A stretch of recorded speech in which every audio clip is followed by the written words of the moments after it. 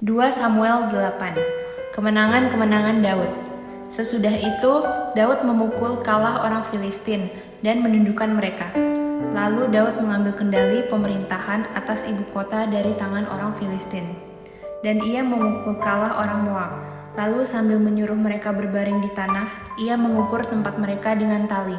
Diukurnya 2 kali panjang tali itu untuk mematikan dan 1 tali penuh untuk membiarkan hidup. Maka orang Moab takluk kepada Daud dan harus mempersembahkan upeti. Selanjutnya Daud memukul kalah Hadadezer bin Rehob, Raja Zobah, ketika ia pergi memulihkan kekuasaannya pada sungai Efrat.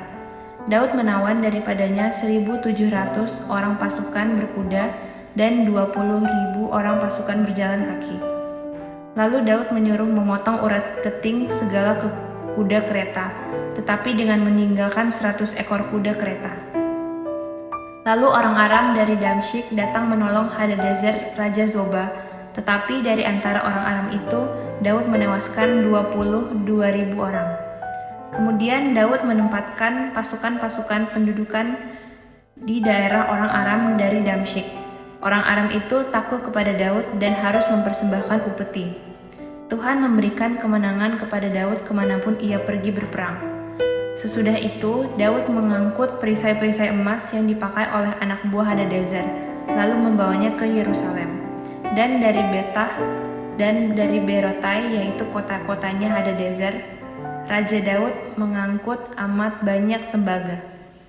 Ketika didengar Tou, Raja Hamat, bahwa Daud telah memukul kalah seluruh tentara Hadadezer, maka Tou mengutus Yoram anaknya kepada Raja Daud untuk menyampaikan salam dan mengucapkan selamat kepadanya, karena ia telah berperang melawan Hadadezer dan memukul dia kalah, sebab Hadadezer sering memerangi Tou.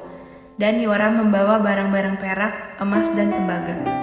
Juga barang-barang ini dikhususkan Raja Daud bagi Tuhan, bersama-sama perak dan emas yang berasal dari segala bangsa yang ditaklukkannya, yakni perak dan emas dari orang Aram, dari orang Moab, dari orang Bani Amon, dari orang Filistin, dari orang Amalek, dan dari jarahan yang dirampas dari Hadadezer bin Rehob, Raja Zobah. Demikianlah Daud mendapat nama. Dan ketika ia pulang, ia menewaskan 18.000 orang Edom di lembah Asin. Lalu ia menempatkan pasukan-pasukan pendudukan di Edom. Di seluruh Edom ditempatkannya pasukan-pasukan pendudukan, sehingga seluruh Edom diperbudak oleh Daud. Tuhan memberi kemenangan kepada Daud kemanapun ia pergi berperang. Pegawai-pegawai Daud. Demikianlah Daud telah memerintah atas seluruh Israel dan menegakkan keadilan dan kebenaran bagi seluruh bangsanya. Yoab anak Zeruya menjadi panglima, Yosafat bin Ahilud menjadi bendahara negara, Zadok bin Ahitub dan Ahimelek bin Abiatar menjadi imam, Seraya menjadi panitera negara, Benaya bin Yoyada menjadi panglima orang Kreti dan orang Pleti, dan anak-anak Daud menjadi imam.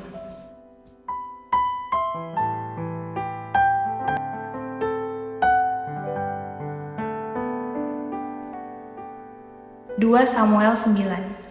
Daud dan Mefiboset. Berkatalah Daud, masih adakah orang yang tinggal dari keluarga Saul? Maka aku akan menunjukkan kasihku kepadanya oleh karena Yonatan.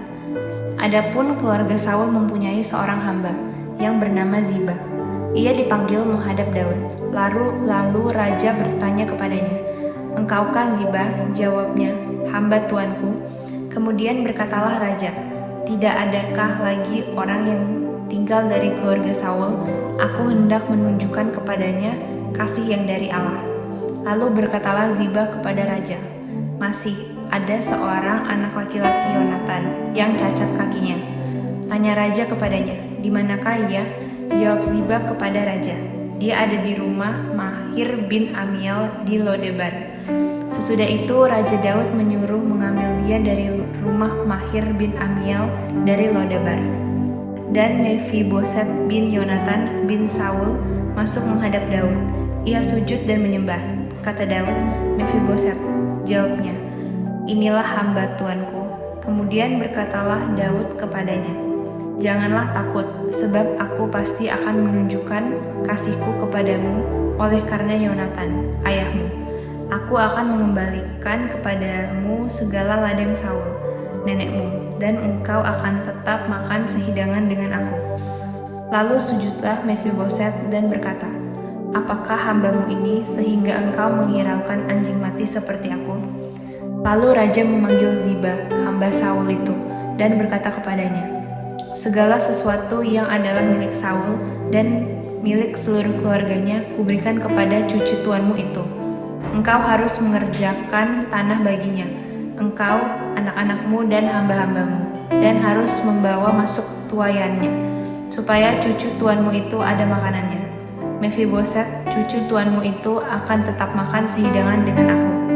Ziba mempunyai 15 orang anak laki-laki dan 20 orang hamba. Berkatalah Ziba kepada raja, "Hambamu ini akan melakukan tepat seperti yang diperintahkan tuanku raja kepadanya." Dan Mefiboset makan sehidangan dengan Daud sebagai salah seorang anak raja. Mefiboset mempunyai seorang anak laki-laki yang kecil, yang bernama Mika. Semua orang yang diam di rumah Ziba adalah hamba-hamba Mefiboset. Demikianlah Mefiboset diam di Yerusalem, sebab ia tetap makan sehidangan dengan raja. Adapun kedua kakinya timpang.